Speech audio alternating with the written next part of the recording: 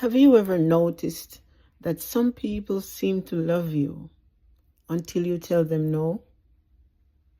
As long as you're available, as long as you answer the phone, as long as you're the one giving, helping, fixing, forgiving, everything is fine.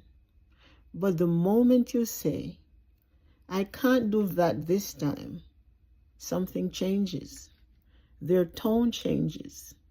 Their attitude changes. Sometimes the whole relationship changes. And that's when you have to ask yourself a difficult question. Did they really value me, or did they value my availability? Because there's a difference. And sometimes it takes one little word, no, to show you that difference. Maybe you've been the dependable one for years, the person everybody calls when something goes wrong. Need a ride? They call you. Need some money? They call you. Need somebody to listen? They call you. Need somebody to fix a problem they probably could have handled themselves? Somehow, they still call you. And because you have a good heart, you help. Again, and again, and again, until helping you becomes something they don't appreciate anymore.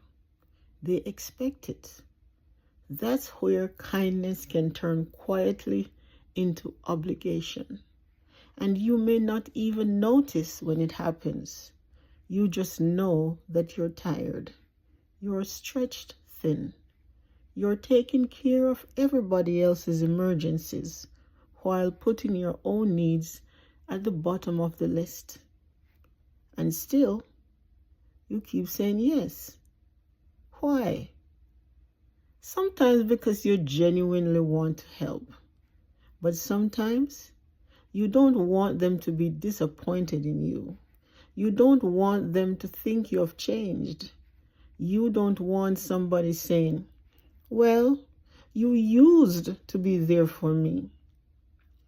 That sentence has kept a lot of good people trapped. Because maybe you have changed. Maybe you've finally learned that being a good person doesn't require being available every time somebody wants something from you. Maybe you have learned that you can love somebody and still tell them no. You can care about somebody and still have a boundary. You can be generous without giving until there's nothing left of you. And please hear this. A boundary doesn't destroy a healthy relationship. It reveals an unhealthy expectation. Because people who genuinely care about you may be disappointed when you can't help them. That's human. But they won't punish you for it. They won't suddenly make you feel guilty. They won't withdraw their love just because you weren't useful to them today. There's a difference between someone needing you sometimes and someone needing you to always be useful in order to keep your place in their life. And that difference matters. Here's something else I've learned. When you start setting boundaries, somebody may accuse you of changing, and your first instinct might be to defend yourself, to explain, to prove that you're still a good person. But you don't have to write a 5-page essay every time you say no. Sometimes, I can't do that is a complete answer. Sometimes, I'm not available is enough. Sometimes you don't need an excuse at all. Because the people who benefited from you having no boundaries may not celebrate when you finally get some. Think about that. They may call you selfish. They may say you're acting differently. They may even try to remind you of everything they have ever done for you.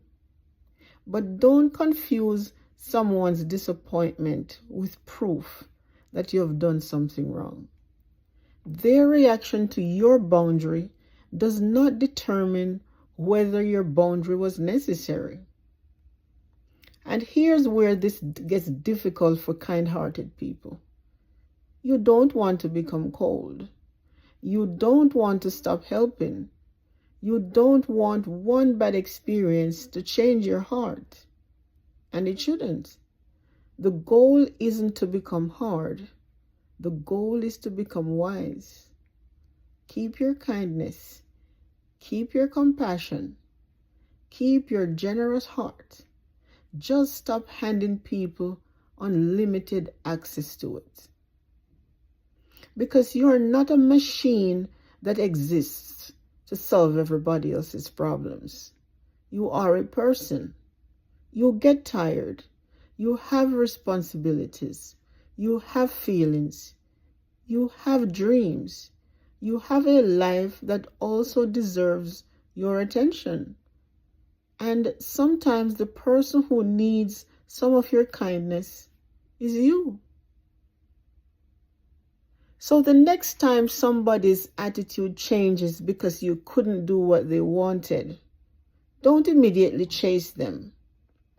Don't immediately apologize.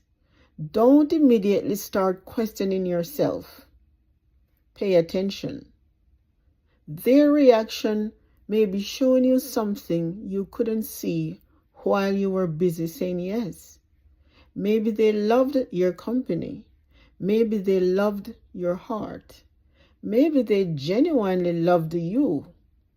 Or maybe they simply loved having access to someone who rarely said no. And if saying no is all it takes to lose someone, you may need to ask yourself what exactly you were losing.